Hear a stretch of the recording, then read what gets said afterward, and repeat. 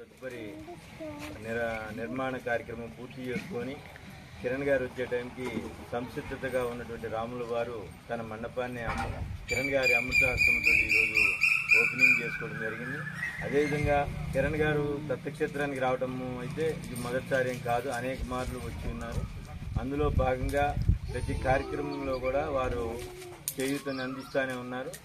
అదేవిధంగా మేడం గారు ఈరోజు కోరగానే రాధాకృష్ణ మందిరమ్మను తన యొక్క అమృతాశ్రములతోటి దాన్ని పరిపూర్ణంగా నిర్మాణం చేయడానికి సంసిద్ధత తెలియజేసినందుకు శ్రీ దత్తాత్రేయ స్వామి వారి యొక్క ఆశీస్సులు వారికి వారి కుటుంబ సభ్యులకు కలగాలని ప్రార్థించి వారికి శ్రీ దత్తాత్రేయ స్వామి వారు రాముల వారు పరిపూర్ణమైనటువంటి ఆయురారోగ్యం కలగజేసి అష్టలక్ష్మి అమ్మవారు కొలువై ఉన్నది.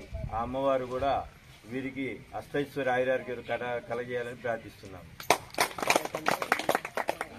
దానికి మొత్తం కూడా 21, 22 అన్ని ల్యాక్స్ అబ్బాయి ఒక్కరు చేశాడు. దాని కొరకు వచ్చాడు.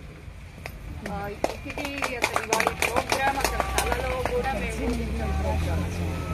దాని తర్వాత అసలు ముఖ్యమైన విషయం ఏమిటి అంటే ఫిబ్రవరి 2న ఈ రాముల వారిని నిలబెట్టడం జరిగింది. అంటే ఆయన విగ్రహాన్ని ఎట్లా ఈయనకి ఎండ వస్తుంది, వర్షం కురుస్తుంది, ఎలా నేను తపన చెందుతూ ఉన్నాను. ఆ టైంలో 5వ తేదీ మేస్త్రి గారు వచ్చారు, వెంకట్రావు మేస్త్రి గారు. ఇక్కడ కట్టిన మొత్తం కూడా వెంకట్రావు మేస్త్రి గారేనండి. ఆయన వచ్చారు నా దగ్గరికి. వస్తే ఎట్లండి, ఎండగా ఉంటుంది కదా, వర్షం కురుస్తుంది కదా అని అంటే, ఎంత అయింది చెప్పండి, మా దగ్గర డబ్బులు ఏమి లేవు, ఎంత అయింది అని అడిగితే 2 లక్షలు అయిద్దామని అన్నీ రాశారు. అంత ఏదో సిమెంట్లు అన్నీ రాశాడు. రాస్తే నేను ఇంటికి వెళ్ళి అదే రోజు మ్యాటర్ తయారు చేసుకున్నాను. నాకు తెలియదండి, ఈ అబ్బాయి అమెరికాలో ఉన్న అబ్బాయికి నేను మ్యాటర్ ఫస్ట్ ఇతనికే పంపించింది. అసలు అంటే రాముల వారు పంపించినట్ట, అసలు అక్కడ నేనున్నానా, అది అర్థం చేసుకోవాల్సిన విషయం అనమాట. పంపించాను.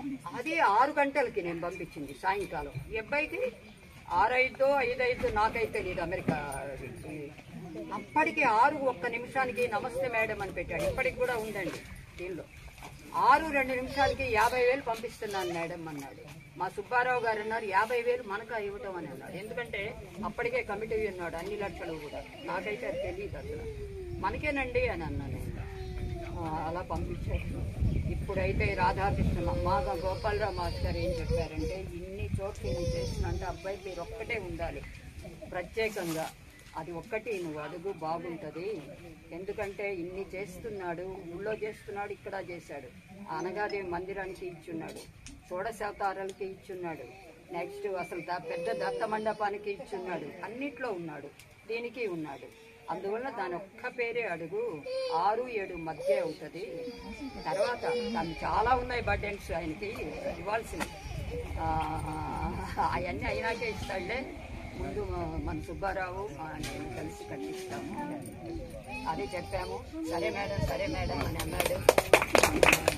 తర్వాత వీళ్ళ